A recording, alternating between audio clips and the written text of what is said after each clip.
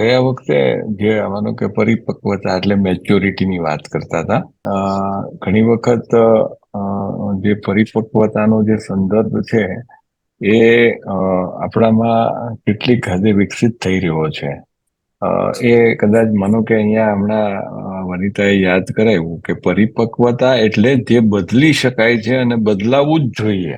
બદલી શકાય છે અને બદલાવવું જ જોઈએ, અને તે બદલવાની હિંમત. જે નથી બદલી શકાતું તેનો સ્વીકાર કરી તેની સાથે શાંતિપૂર્વક જીવી શકવાની આવડત, અને આ બંને વચ્ચેનો ભેદ પારખવાનું શાણપણ, એને આપણે પરિપક્વતા કહીએ. હવે આવું કેટલુંક થઈ રહ્યું છે આપણી સાથે કે ક્યાંક માનો કે ખબર છે આપણને બદલી શકાય છે. શું કે માનો કે મારી સિગારેટ પીવાની આદત હું બદલી શકું છું, બરાબર છે, ખબર છે, આપણે પીતા હોઈએ. હવે એ ખબર છે, પણ બદલી શકવાની જયારે હું હિંમત કરું છું ત્યારે આપણું એ પરિપક્વતા તરફનું આપણું એક એક્સરસાઇઝ સ્ટાર્ટ થઈ જાય છે. તો આપણે આપણી લાઈફને કઈ રીતે આપણે જોઈ રહ્યા છીએ અને કેવી કેવી નાની નાની બાબતોમાં આપણે પ્રેક્ટિસ કરી રહ્યા છીએ.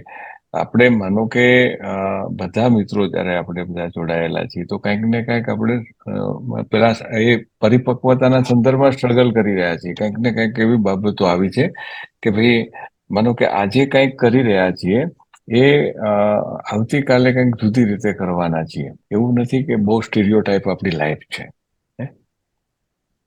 રોજિંદુ એક સરખું જીવન નથી, એટલે કંઈક ને કંઈક નવું આપણે કરી રહ્યા છીએ. તો બદલવાની પ્રક્રિયાઓ તો ચાલી જ રહી છે. યસ, લાસ્ટ થોટ કઈ ગયા અઠવાડિયાના નજીમભાઈ? ના સર, બહુ કઈ ખાસ નથી. બરાબર બરાબર, સરસ. ઓકે, તો રૂપા કઈક કે ને કે અમે તો બહુ કઈ ખાસ સાંભળ્યું નહીં. હમણાં કઈ સ્ટ્રગલ ચાલતી હોય, કામનું ભારણ હોય, તો એના ઉપર એ વાત કરી શકાય.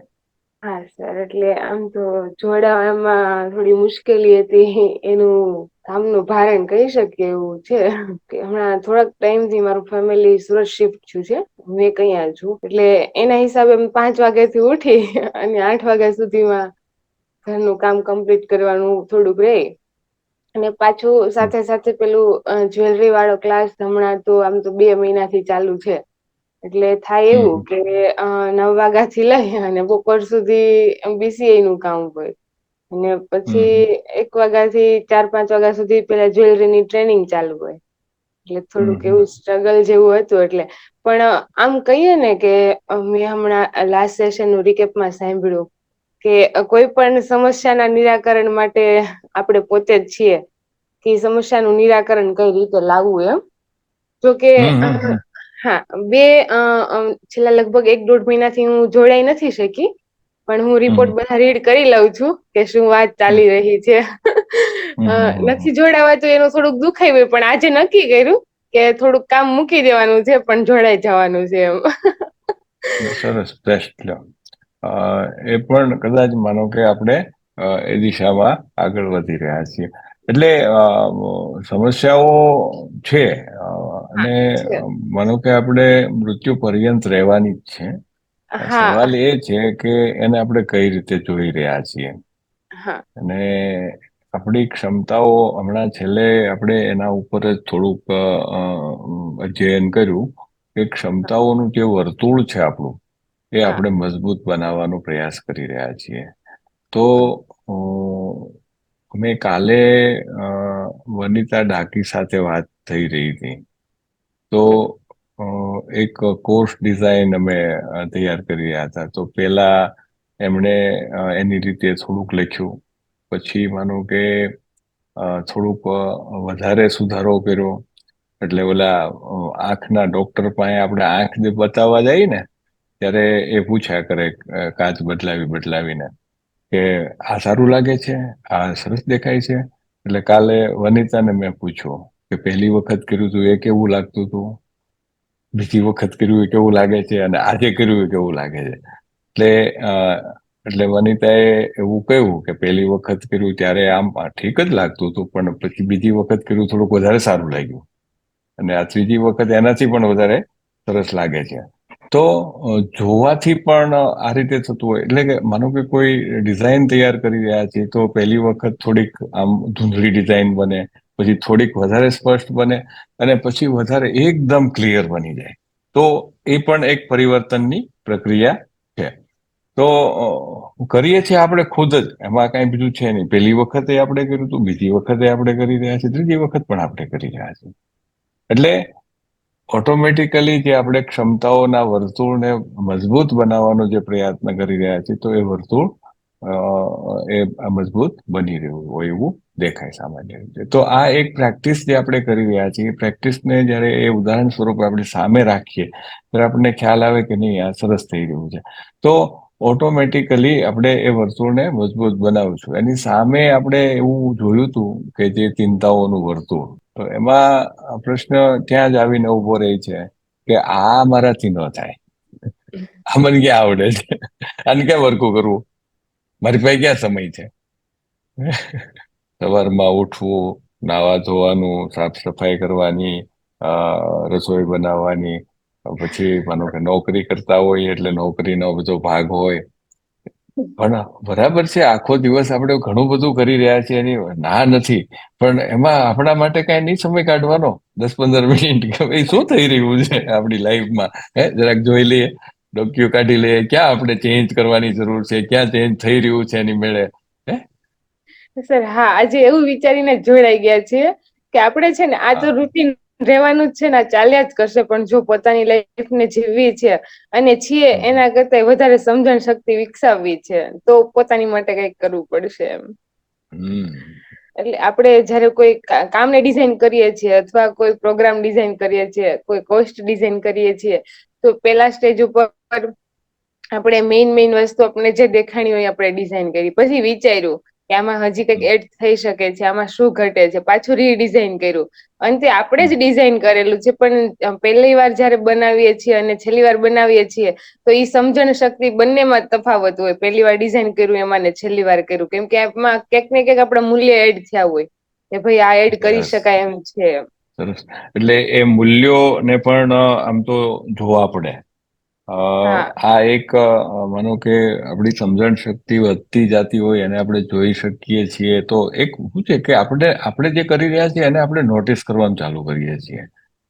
અને મૂલ્યો વાળા મુદ્દાઓમાં તો ઘણી વખત કાલે મજા આવી, વનિતા એ કીધું મને કે આ મૂલ્યો કેમ ખબર પડે આપણામાં છે.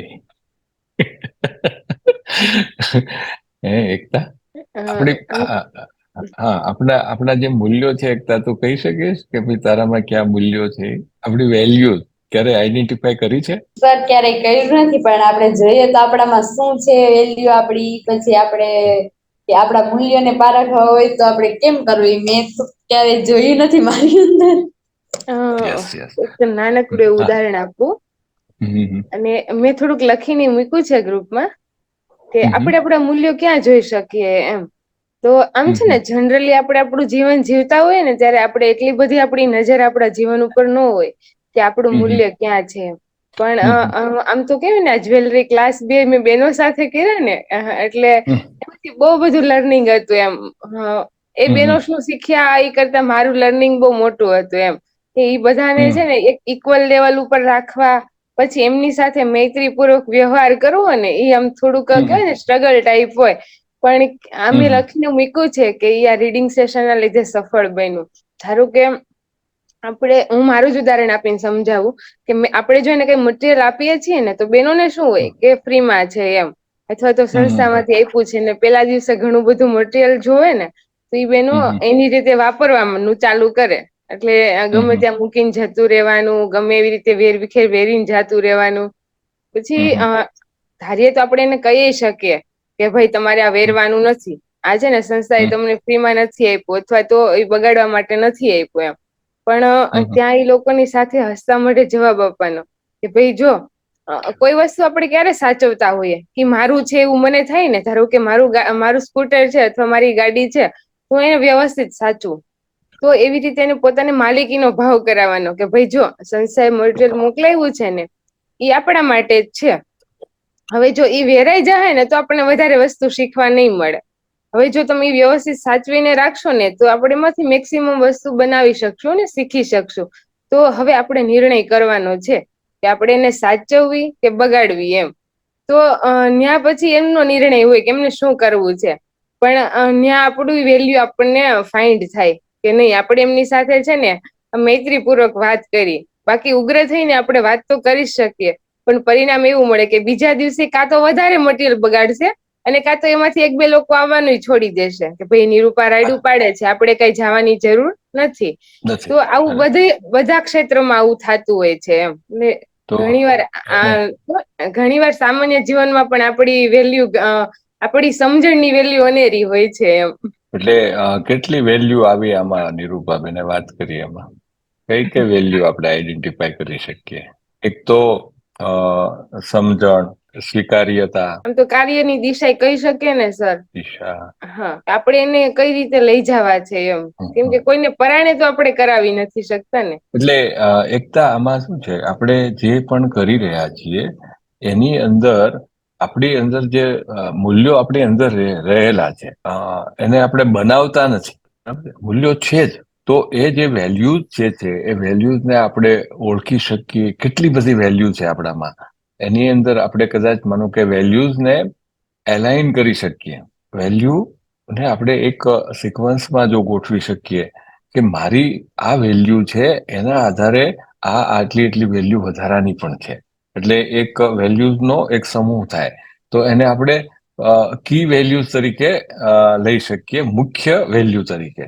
તો મુખ્ય વેલ્યુ એવી આપણી એક બે કે ત્રણ બને કે એને પછી આપણે મેન્ટેન કર્યા કરીએ. ક્યારે કે એક તો 15 જેટલી વેલ્યુ પકડી અને એને આપણે માનો કે એક બે ત્રણ મુખ્ય વેલ્યુની અંદર આપણે ગોઠવીએ. કદાચ માનો કે મૂલ્યો વાળી વાત આપણે અગાઉ કરી ગયા છીએ આપણા આજ કાર્યક્રમમાં, તો એ વખતે થોડીક ચર્ચાઓ થઈ છે.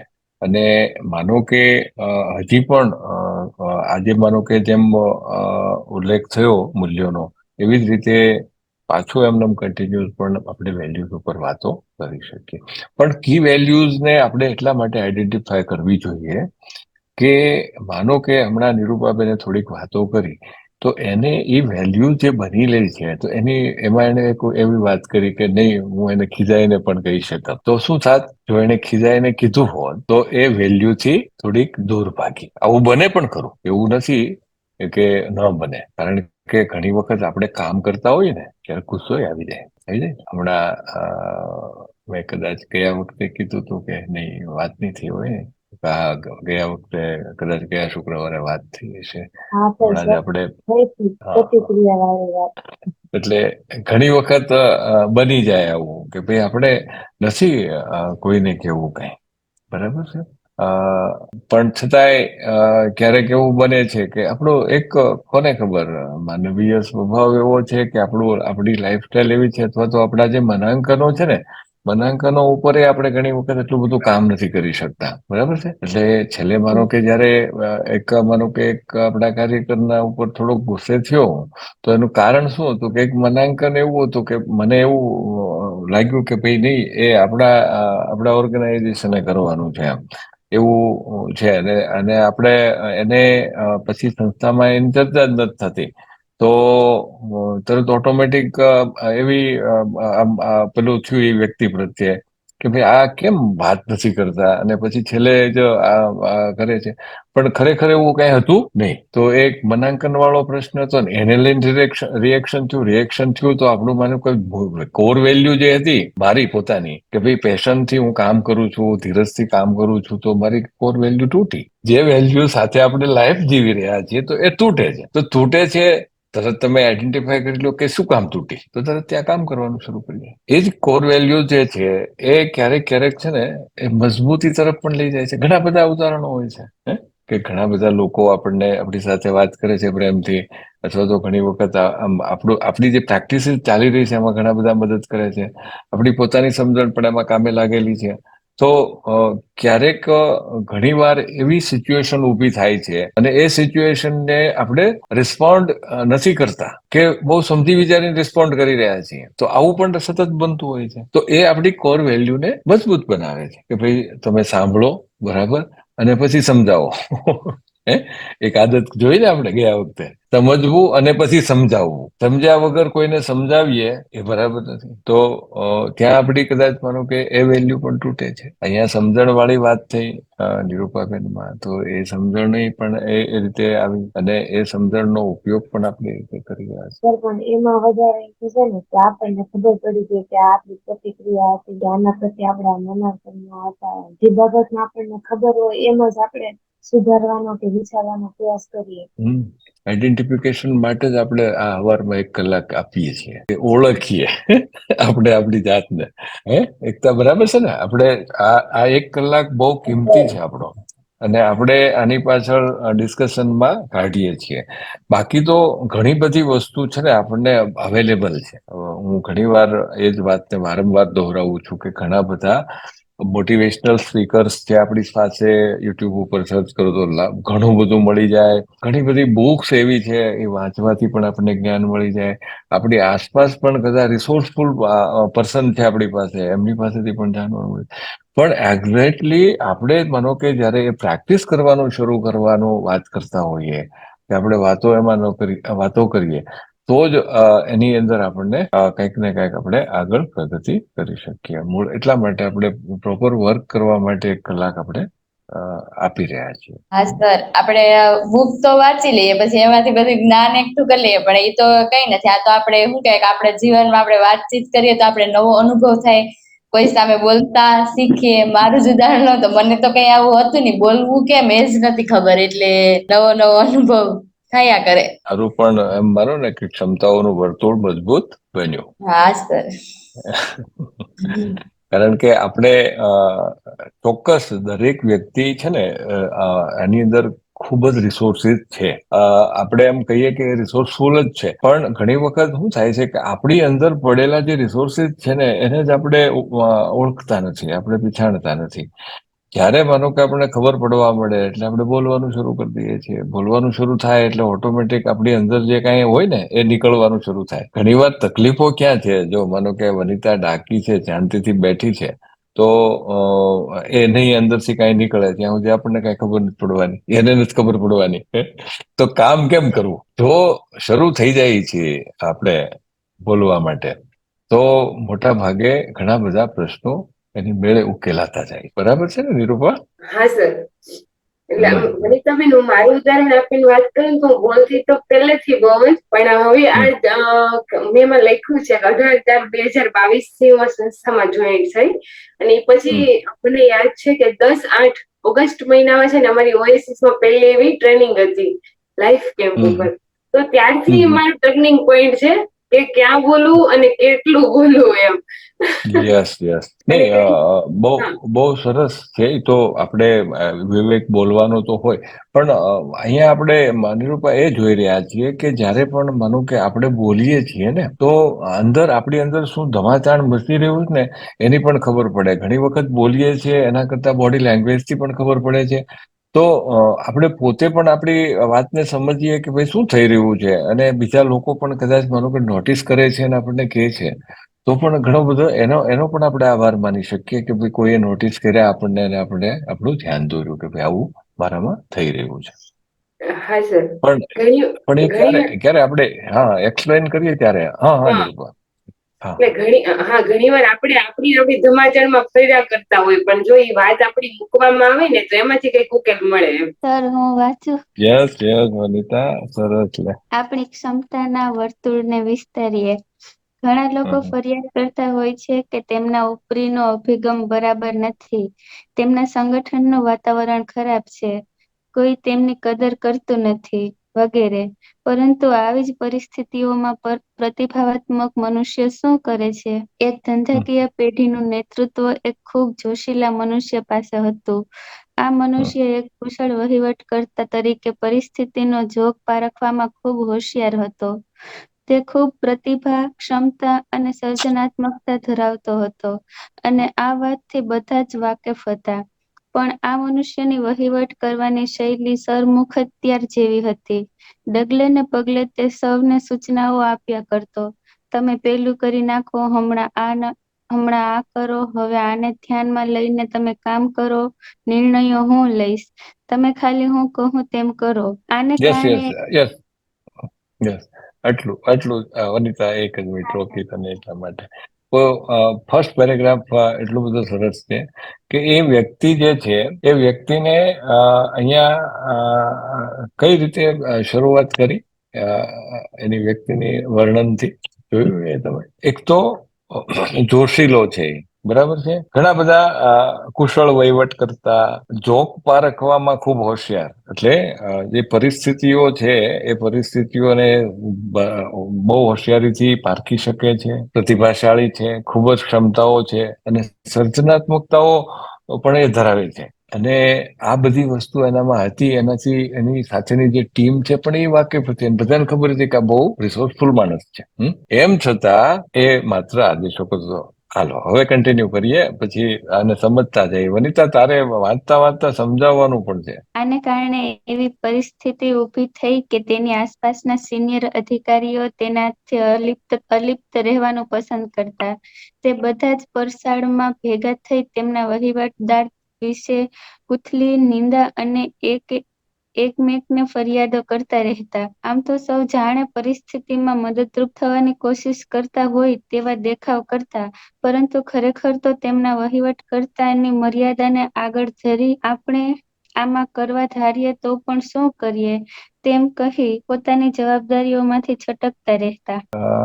શું થયું આમાં બીજા પેરેગ્રાફમાં વનિતા?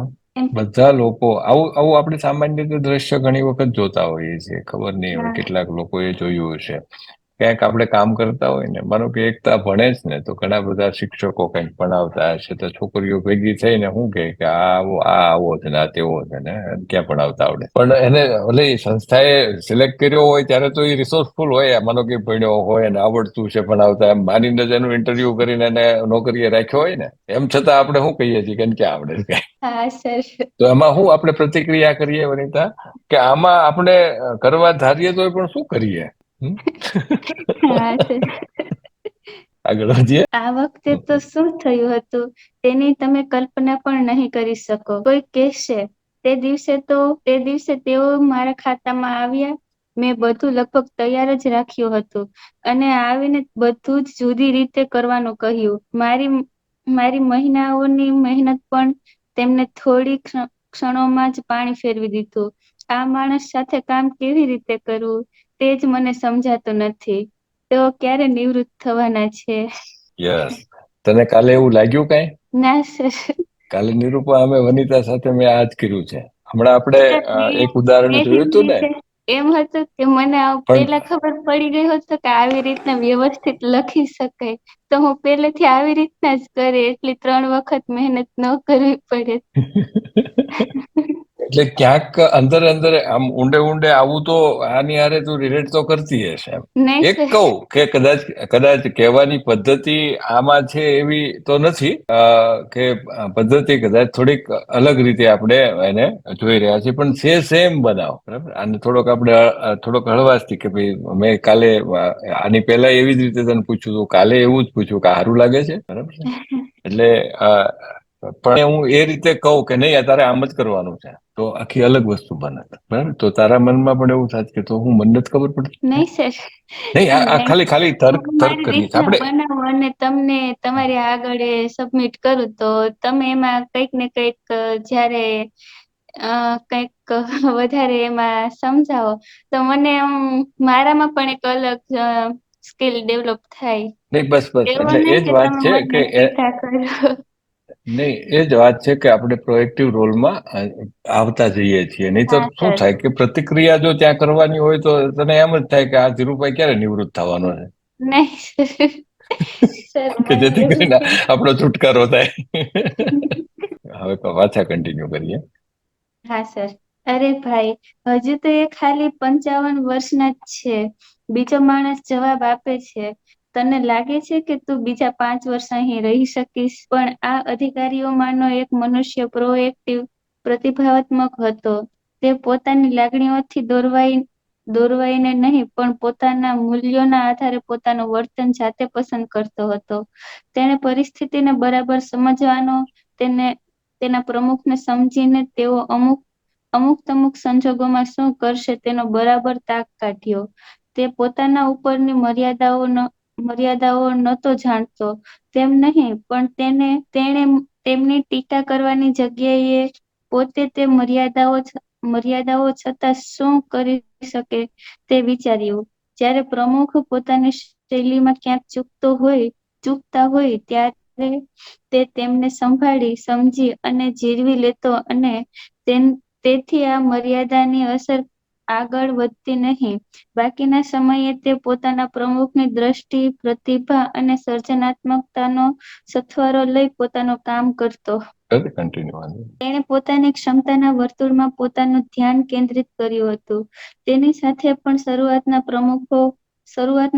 શરૂઆતમાં પ્રમુખ એવો જ વ્યવહાર કરતા જેવો બધાની સાથે કરતા, પણ તે પ્રમુખના આવા વ્યવહાર પાછળની એમની ચિંતાઓને સમજી જ્યારે પણ પ્રમુખને માહિતી આપે ત્યારે તેમની ચિંતાઓને ધ્યાનમાં રાખી આપતો અને તે જ પ્રમાણે માહિતીનું વિશ્લેષણ તથા પોતાના મંતવ્યો પણ રજૂ કરતો. આ પ્રમુખે તેમના મિત્રને કહ્યું, આ માણસ જે રીતે કામ કરે છે તે મારા માન્યામાં જ નથી આવતું.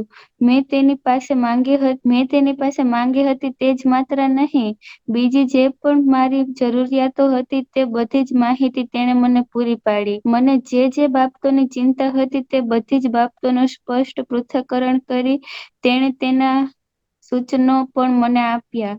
તેના સૂચનો તેના પૃથ્થકરણ સાથે અને તેનું પૃથ્થકરણ તેની માહિતી સાથે એટલી એકસૂત્રતા ધરાવતું હતું કે શું કહું. એના કામ તરફ હવે મારે જોવું જ નથી પડતું. કમસે કમ ધંધાને લગતી આ એક બાબત પ્રત્યે તો મને પૂરી નિરાંત ખરી. પછીની કોઈ બેઠકમાં પ્રમુખની પાછી એ જ સરમુખત્યાર શૈલી, પણ હવે આ એક અધિકારીને છોડીને બધાને જ્યારે તેઓ સૂચનાઓ આપતા હતા ત્યારે આ માણસને તેઓ પૂછતા હતા, આ બાબતે તમારું શું મંતવ્ય છે? આ અધિકારીની ક્ષમતાનું વર્તુળ વિસ્તરી રહ્યું હતું. આને કારણે તેમના સંગઠનમાં હલચલ મચી ગઈ. હવે પેલા સઘળા પ્રતિક્રિયાત્મક માનસ ધરાવતા અધિકારીઓએ તેમના બળાપાનો નિશાન આ પ્રોએક્ટિવ માણસને બનાવવાનું શરૂ કર્યું. યસ, શું થયું? એમાં સર આ એક જે માણસ છે ને એ આમ પ્રોએક્ટિવ હતો, એટલે પોતાની દ્રષ્ટિથી આ બધું જે એને આ જોશીલો મનુષ્ય છે ને એ જે બધું એનું એ બધાને કહેતો ને કે હું કહું એમ કરો ને એવી રીતના આ એક માણસને ન કહેતા, જે આ પ્રતિભાવ આ જે પ્રોએક્ટિવ છે ને એને ને બીજા બધીને એવી રીતના કહેતા કે હું કહું એમ કરો ને હું કહું ત્યારે ને હું જે કામ કહું એ તમે કરો ને. પણ આ જે એક પ્રોએક્ટિવ મનુષ્ય છે ને એ આમ એના જે આ કામ ચીંધે ને એની એક ચિંતા છે, એટલે એ બધું આમ એટલું જલ્દી ને આમ એમ કે હું કહું એવી રીતના કરો ને એવું બધી. એટલે આ બધું એની એમ લાગણીઓ સમજતો અને એ પોતાના મનથી બધું વિચારતો. આમ એમ નહીં કે બીજાને જોઈને બધું નિરાકરણ કરે. એ પોતાની લાગણીઓ પેલા એની લાગણીઓને સમજે અને પછી એને આગળ વધતો. જોયું આમાં શું થયું કે જે માનો કે બધા લોકો પ્રતિક્રિયા કરી રહ્યા હતા, તો ત્યારે પ્રતિક્રિયાઓ એવી ચાલી કે આ માણસ માત્ર ઓર્ડર જ કર્યા કરે છે અને કઈ બીજું કઈ ખબર નથી. બરાબર છે? અને એ સામેના માણસની સ્થિતિને સમજતો નથી. તો કોઈ એક વ્યક્તિ એની ટીમમાં એવી છે કે એ પોતાના ક્ષમતાઓના વર્તુળને વિસ્તારવા માટે ધ્યાન કેન્દ્રિત કર્યું, એમ એવું લખ્યું છે આમાં. બરાબર છે? એ વ્યક્તિએ શું કર્યું કે માનો કે તમે ડેટા કલેક્ટ કરો છો, બરાબર છે? માહિતીઓ આપણે એકત્ર કરીએ ને વનિતા, હા. તો માનો કે બધા લોકો આ કરતા હોય છે. નજીમ માનો કે કઈ પણ પ્રવૃત્તિ કરે છે તો એમને પણ ડેટા કલેક્ટ કરવા પડે. એકતા ભણે છે તો એને કરવા પડે. નિરૂપાબેન માનો કે જ્વેલરીનો વર્ક ચલાવતી હોય કે બીજું કઈ પણ કામ કરતી હોય તો એક માહિતીઓ આપણે ભેગી કરતી જ રહેવી પડે. તો એ ડેટા કેવા હોય કે વ્યક્તિઓ છે એની લાઈફ સ્ટાઈલ કેવી છે, એ વ્યક્તિઓ આગળ કરી શકે કે કેમ, જેની સાથે આપણે કામ કરી રહ્યા છીએ તો એમની વિશેની માહિતીઓ આપણે ભેગી કરી રહ્યા છીએ. તો એમને માનો કે પ્રોવાઈડ કરવા માટેના જે પણ રિસોર્સિસ છે તો એ રિસોર્સ મેળવવા માટેની માહિતીઓ આપણે ભેગી કરી રહ્યા છીએ. તો જે પણ ડેટા આપણને મળી રહ્યો છે એ ડેટાને આપણે એનાલિસિસ કરવાનો હોય. આપણે એનું પૃથ્થકરણ કરીએ કે આ ડેટા સાચો છે, ખરેખર શું છે પરિસ્થિતિ. તો આ બધી વસ્તુ જ્યારે આપણે એનાલાઇઝ કરીએ છીએ અને એનાલાઇઝ કર્યા પછી માનો કે જ્યારે કોઈને સૂચન આપીએ છીએ અથવા તો આપણે રેકમેન્ડેશન કરીએ છીએ તો સામાન્ય રીતે વહીવટમાં બેઠેલા વ્યક્તિને ગમશે. બરાબર. અહીંયા બનાવ એવો બન્યો કે જે માનો કે જે વ્યક્તિએ પોતાના ક્ષમતાનું વર્તુળ મોટું કરવાનું નક્કી કર્યું તો એણે શું કર્યું કે બધી માહિતીઓ ભેગી કરવાનું શરૂ કર્યું. માહિતીઓને સારી રીતે એણે એનાલિસિસ કરીને પછી સૂચનો આપ્યા એના બોસને. અને પછી બોસ શું કરવાનું શરૂ કર્યું, બોસની અંદર એ પણ ક્ષમતાનું વર્તુળ વધ્યું. તો બોસ પણ જ્યારે પણ કઈ ચર્ચા ચાલતી હોય તો એ ભાઈ જે પોતે પોતાનું ક્ષમતાનું વર્તુળ વધારવા જઈ રહ્યા હતા એ ભાઈને પૂછે કે આમાં શું કરશું આમ. તો તરત ઓટોમેટિકલી બીજા લોકોને પણ એવું થયું કે ભાઈ આ કંઈક નવું થયું. બરાબર. જે આખી નકારાત્મક બાબતો પહેલા પ્રસંગમાં વાર્તાની અંદર હતી એ જ બધી સકારાત્મક છેલ્લે થવા લાગી.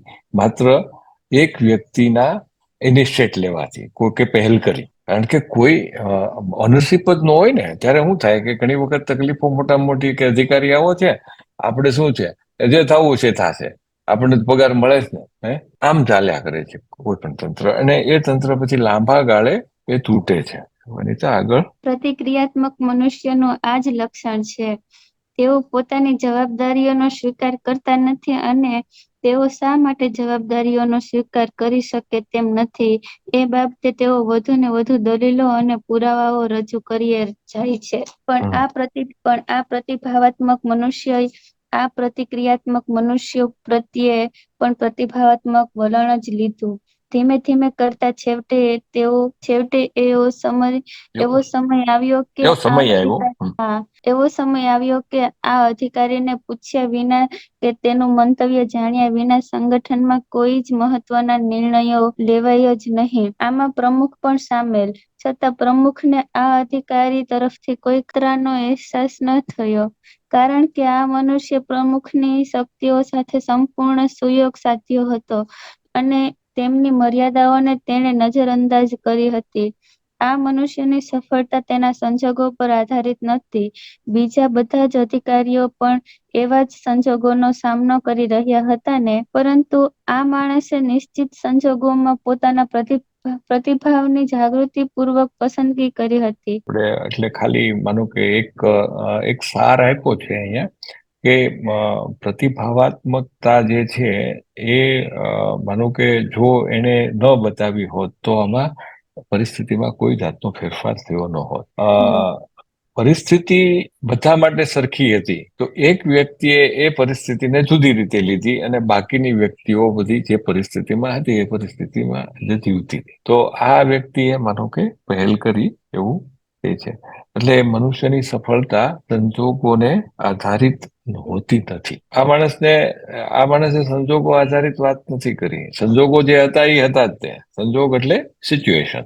તો સિચ્યુએશન તો જે હતી એ હતી તે. બાકીના લોકો એ સિચ્યુએશનની સાથે હતા. એમણે શું કર્યું કે ભાઈ એને આખી અલગથી વાત શરૂ કરી કે ભાઈ આપણે આ પરિસ્થિતિની અંદર માત્ર પરિસ્થિતિને જોયા કરવી એ બરાબર નથી, પણ પરિસ્થિતિને ઉકેલવી એને એ દિશામાં આપણે. તમારી પરિસ્થિતિ ગમે તે હોય, તમે ફરિયાદો, ટીકા અને નકારાત્મક વલણ છોડી પહેલ કરી કનસુક જરૂર કરી શકો છો. બીજાઓને કે પરિસ્થિતિને દોષ આપવો અને આપણી પોતાની જવાબદારીમાંથી છૂટી જવું તો હંમેશા આસાન હોય છે. મોટાભાગના લોકો આમ જ કરતા હોય છે. જવાબદારી લેવાનો અર્થ જ સામા પ્રવાહે તરવું તેમ થાય છે. મેનેજમેન્ટ ક્ષેત્રના નિષ્ણાત ટોમ પીટર્સ કહે છે. ટીમ પીટર્સ મેનેજમેન્ટ ક્ષેત્રના નિષ્ણાત ટીમ પીટર્સ કહે છે એવું લખ્યું છે. એટલે એ ટીમ પીટર્સ છે ને, ટોમ પીટર્સ છે ને એ કોઈ મેનેજમેન્ટ ક્ષેત્રનો નિષ્ણાત હશે એવું આમાં લખ્યું છે. બોલ બીજું કઈ નહીં. એ શું લખે છે જો નીચે લખ્યું છે. સફળ મનુષ્યને કદી કોઈ કામ નાનું કે શુલ્લક નથી લાગતું.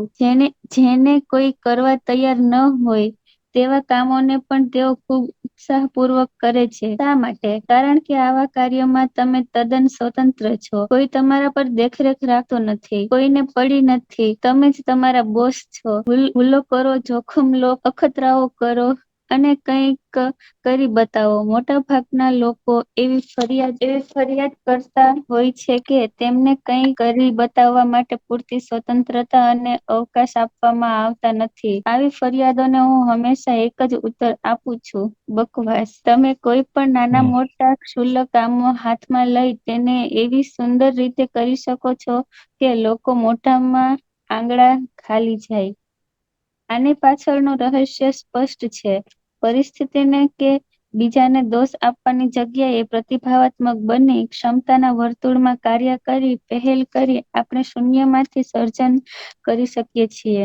જે તમારી ક્ષમતાના વર્તુળમાં છે, જે તમે કરી શકો તેમ છો, તે તમારે કરવું જ જોઈએ.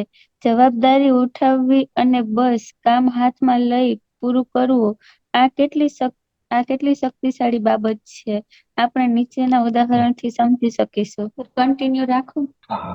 જ્યારે ગઈ સદીની શરૂઆતમાં અમેરિકા અને સ્પેન વચ્ચે યુદ્ધ ફાટી નીકળ્યું, ત્યારે અમેરિકાના પ્રમુખે ક્યુબાના ગાર્સિયા નામના એક ક્રાંતિકારીને સંદેશો પહોંચાડવાનો હતો. ગાર્સિયા ક્યુબાના ટાપુ પર એવી જગ્યાએ છુપાયો હતો જે ટપાલ કે ટેલિગ્રાફની પહોંચની બહાર હતી. કોઈને ખબર નહોતી કે ત્યાં કેવી રીતે પહોંચવું. એક ઓફિસરનું સૂચન હતું કે જો આ જગ્યાએ કોઈ પહોંચી શકે તેમ હોય તો તે એક જ વ્યક્તિ છે, અમેરિકાનો રોવાન નામનો ઓફિસર. અમેરિકાના પ્રમુખે રોવાનને વોશિંગ્ટન બોલાવીને તેના હાથમાં પત્ર સોંપ્યો. ત્યારે રોવાને આવા કોઈ પ્રશ્નો ન કર્યા. ગાર્સિયા ક્યાં છે? હું ત્યાં કેવી રીતે જઈશ? મારે શું કરવાનું છે? હું કદાચ એ ન કરી શકું તો શું? હું પાછો કેવી રીતે ફરીશ? મને આમાંથી શું મળશે? તેણે સંદેશો હાથમાં લીધો અને ગાર્સિયા સુધી કેમ પહોંચવું તેનું જાતે જ આયોજન કર્યું. તે ટ્રેનમાં ન્યૂયોર્ક ગયો, સ્પેનના સૈન્યને થાપ આપી તે નૌકાથી ક્યુબા પહોંચ્યો. ક્યુબાના જંગલમાં ઘોડા બગીચાની મદદથી તથા પગપાળા લાંબુ અંતર કાપીને છેવટે 9મા દિવસે સવારે 9 વાગ્યે રોવાને ગાર્સિયાને સંદેશો પહોંચાડ્યો. તે જ દિવસે સાંજે 5 વાગ્યે રોવાને અમેરિકા તરફ પોતાની વળતી મુસાફરી શરૂ કરી દીધી. બોસ બહાર ગયા હોય કે પોતે ઘરે હોય, જે મનુષ્ય હંમેશા પોતાનું કામ સચ્ચાઈ, પ્રમાણિકતા અને સહૃદયતાથી કરે છે તેને સલામ કરવાનું મન આપણને થાય છે. માણસને જ્યારે કામ આપવામાં આવ્યું હોય ત્યારે બદઇરાદાપૂર્વક કામ કેમ ન કરવું તે માટે કેટલા બહાના બનાવવા, કામ કરવું છતાં હેતુઓ નજરઅંદાજ કરવા, મૂર્ખામી ભર્યા પ્રશ્નો કરવા, આ કશું જ કર્યા વિના બસ કામ પૂરું કરીને જંપવું તે કેટલી મોટી વાત છે. દરેક સમાજ અને દેશ તેના વિકાસ માટે આવી વ્યક્તિઓની સતત શોધમાં હોય છે. આવી વ્યક્તિઓ એવી મૂલ્યવાન હોય છે કે જે માંગે તે તેને મળે છે. દરેક ગામ, શહેર અને દરેક ઓફિસ, દુકાન અને સંસ્થામાં આવી વ્યક્તિની હંમેશા જરૂર હોય છે. આખા વિશ્વને એવા રોવાનની તાકીદની જરૂર હોય છે જે ગાર્સિયાને સંદેશ પહોંચાડી શકે. તો મને નિરૂપા યાદ આવ્યું કે ઘણી વખત જ્યારે આપણે શરૂ કર્યું હતું પ્રતિક્રિયા અને પ્રતિભાવાત્મકતા અને શીખવાનું, ત્યારે શરૂઆતમાં પરેશે પણ એક વખત એવું કીધું કે સાલું આમ એક્ઝેક્ટ એટલું બધું સમજાતું નથી કોને પ્રતિક્રિયા કેવી ને કોને પ્રતિભાવાત્મક. તો આપણે ત્યાર પછી ઘણી બધી ચર્ચાઓ થઈ અને સરવાળે આપણે આ ચેપ્ટરના અંતમાં એવું જોઈ રહ્યા છીએ કે ભાઈ પ્રોએક્ટિવનેસને આપણે સારી રીતે સમજી શક્યા હોય. બરાબર છે. તો હું માનું છું ત્યાં સુધી કદાચ માનો કે આ ગાર્સિયાને આપણે મળવા માટે જે રોવાનની વાત કે પછી અગાઉનું આપણું જે માનું કે બોસ વાળું જે કોઈ એડમિનિસ્ટ્રેશન છે એની અંદર કોઈ એક વ્યક્તિ બેઠી છે અને બીજા લોકોની સાથેના જે વ્યવહારો છે એની અંદરથી એક વ્યક્તિ પ્રોએક્ટિવ બને છે. તો આ વસ્તુ આપણે સમજતા પ્રોએક્ટિવનેસને આપણે સરસ રીતે આમ સમજી ગયા હોય એવું મને લાગે છે. તો અને એક પેજની અંદર આપણે આજના દિવસની જિંદગી મારી પસંદગી છે અને એની અંદર બહુ સરસ લખ્યું છે. 5 મિનિટ હોય તો આપણે એક વખત વાંચી જાય. વનિતા લે ને હા, ફટાફટ જોઈ લે, પછી આપણે રિફ્લેક્શન લઈ 5 મિનિટ વધારે બેસીએ. બરાબર. આજના દિવસની જિંદગી મારી પસંદગી છે. પ્રતિભાવાત્મક લોકો કેવળ એવી આશા નથી રાખતા કે તેમનો દિવસ સારો જાય. તેઓ એમની પસંદગીઓથી એ નિશ્ચિત કરે છે. આજે સવારે વહેલા ઉઠી દિવસના અંત સુધી કરવાના સૌ કાર્ય માટે હું રોમાંચિત હતો. મારે કેટલી જવાબદારીઓ પરિપૂર્ણ કરવાની છે. હું મહત્વનો છું. મારો દિવસ કેવો જશે તે પસંદ કરવાનું કામ મારું જ છે. આજે હું વરસાદી વાતાવરણ હોવાની ફરિયાદ કરી શકું છું કે ઘાસ અને વૃક્ષોને મફત પાણી મળતું હોવાથી ખુશી અનુભવી શકું છું. આજે હું મારી પાસે પૂરતું ધન નથી તેવો બોબડાટ કરી શકું છું કે મારી પાસેના ધનને શાણપણપૂર્વક ખર્ચ કરવાનું આયોજન માણી શકું છું. આજે હું મારા ખરાબ સ્વાસ્થ્ય માટે કકળાટ કરી શકું છું કે જીવંત હોવા બદલ ઉત્સવ મનાવી શકું છું. આજે હું મારા માતા પિતાએ મને જે ન આપ્યું તે માટે દુઃખી થઈ શકું છું કે તેમણે મને જન્મ આપ્યો તે બદલ હું કૃતજ્ઞતા અનુભવી શકું છું. આજે હું મારે કામ કરવા જવું પડે છે તે માટે કચકચ કરી શકું છું કે મારી પાસે કામ છે તે માટે આનંદથી નાચી શકું તેમ છું. આજે હું મને મિત્રો નથી તે માટે આત્મદયા અનુભવી શકું છું કે નવા મિત્રો અને સંબંધીઓની શોધમાં નીકળવાનો રોમાંચ અનુભવી શકું છું. આજે મારે ઘરકામ કરવું પડશે તે માટે હું કંકાસ કરી શકું છું કે મારા શરીર, મન અને આત્માના રક્ષણ માટે છાપરું છે તે માટે આભારી રહી શકું છું. આજે હું મારે ફરી ભણવા જવું પડશે તેવા છણકા કરી શકું છું કે મને ભણવાનો, નવું શીખવાનો અવસર મળ્યો છે તેને આતુરતાથી ઝડપી શકું છું. આજે હું ગુલાબની સાથે કાંટા છે તે માટે રડી શકું છું કે પછી કાંટાની સાથે ગુલાબ છે તે માટે આનંદ અનુભવી શકું છું. આજની જિંદગી મારી સામે રાહ જોતી પડી છે કે કોઈ તેને આકાર આપે. હું જ એ શિલ્પી છું જે મારી જિંદગીને આકાર આપી શકું છું. ગુલાબની સાથે કાંટા અને કાંટાની સાથે ગુલાબ બે જોઈ શકીએ છીએ આપણે. ઓહ, નદીમભાઈથી સ્ટાર્ટ. હા, એટલે આજે શીખવા મળ્યું કે નહીં, પોતાની વાત મૂકવા માટે એક કોમ્યુનિકેશન સ્કિલ પણ હોવી જરૂરી છે. કોમ્યુનિકેશન સ્કિલ ગમે એટલી સારી હોય અને મારી પાસે કોમ્યુનિકેશન સ્કિલ ગમે એટલી ખરાબ હોય અને મારી પાસે નોલેજ હોય તો એનું કઈ ફાયદો નથી. આજે આપણે ક્ષમતાના વર્તુળને વિસ્તારીએ સમજ્યા તો ઘણું બધું જાણવા મળ્યું. આપણામાં કોમ્યુનિકેશન સ્કિલ તો હોવી જ જોઈએ. પછી આમાં ઘણા બધા વ્યક્તિના ઉદાહરણ દ્વારા વાત કરવામાં આવી. અને શું કહેવાય કે ઘણા લોકો એવા પણ હોય છે કે આપણે ગમે તેને તેટલા ઉપયોગી થઈએ ને પણ તેઓ આપણને પ્રત્યે કોઈ ભાવ જ દાખવતા ન હોય એવું પણ ઘણી વખત થતું હોય છે. અને ઘણું બધું હું તો શીખી આમાંથી. મારી એક્ઝામ હોવાથી થોડુંક મેં બહુ ઓલું નતું કર્યું. આજનું સેશન માં બધું સમજાઈ જાય એવું હતું. અને આ સ્ટોરી અમુક બધા જે સેશનમાં સ્ટોરી હોય ને એ વધારે સરળ બને. અઘરું લખેલું હોય તો થોડું સમજવું અઘરું થાય, પણ વાર્તાથી સારું સમજી શકીએ છીએ. સર, આપણી અંદર ક્ષમતાઓ ઘણી બધી હોય છે પણ આપણે તેને કઈ રીતના ઓળખવી ને તે આપણને ખબર ન હોય.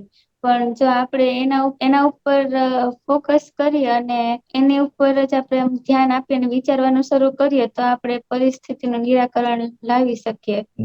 આમ તો શીખવા તો આજના સેશન માંથી ઘણું મળ્યું કે પરિસ્થિતિને આધારે કઈ રીતે પ્રતિભાવ આપવા, પણ થોડીક પાછળ કઈક ભૂલ કરી હોય ને એની ઉપર નજર ફેરવી કે નહીં, આ જગ્યાએ આપણે કોઈનું સાંભળી અને મૂવ ઓન કર્યું હતું તો એ આપણી ભૂલ હતી, તો હવે એ સુધારવાનો પ્રયાસ પણ કરીશું. પણ એક કહું નિરૂપા, ગમે ત્યાંથી જોડાઈ શકાય છે આ સેશનમાં, કઈ પછી આગળનું કઈ રેફરન્સની જરૂર નથી પડતી એવો અહેસાસ તો થયો ને? હા સર. હા સર. હા, એટલે ઘણી વાર શું થાય છે કે ઘણા બધા મિત્રોને એવું લાગે છે કે ભાઈ હમણાં જોડાતા નથી તો હવે પાછું કેમ જોડાવવું, એવું નથી. આપણે દરેક શુક્રવારની સવારે બધા નવી વાતો કરવાના છે એમ માની ચાલવાનું. એવું નથી કે કોઈ આગળના સિક્વન્સમાં આપણે ચાલી રહ્યા છીએ. કે આ કાલે શીખી ગયા હવે પછી આ શીખી રહ્યા છે એવું નથી. એટલે બીજા જે કોઈ મિત્રોની સાથે કઈ વાતો થાય આપણે બધાને, માનો કે આપણે 6 મિત્રો છીએ તો એમને બધાને આ રીતે ખુલીને કહેવું કે ભાઈ કઈ વાંધો નહીં, તમને જ્યારે અનુકૂળતા થાય ત્યારે અડધો કલાક જોડાવાય તો અડધો કલાક જોડાવાનું, 10 મિનિટ જોડાવાય થાય તો 10 મિનિટમાં પણ કંઈક વાતો કરીને જતું રહેવાનું, કઈ વાંધો નથી. આપણે કોઈ જાતના રિસ્ટ્રિક્શન વગર બધા આનંદથી કંઈક ને કંઈક કરી શકીએ અને બધા પ્રોએક્ટિવ બની, અને પ્રોએક્ટિવનેસ લર્નિંગની અંદર આવવું એ બહુ મહત્વની વસ્તુ છે. આપણા શીખવાની અંદર જો પ્રોએક્ટિવનેસ આવશે આપણામાં તો આપણું લર્નિંગ પ્રોસેસ બહુ જ મજબૂત બનશે, મને એવું લાગે છે. Okay, thank you. Thank you sir. મળીએ આવતા શુક્રવારે. Bye bye.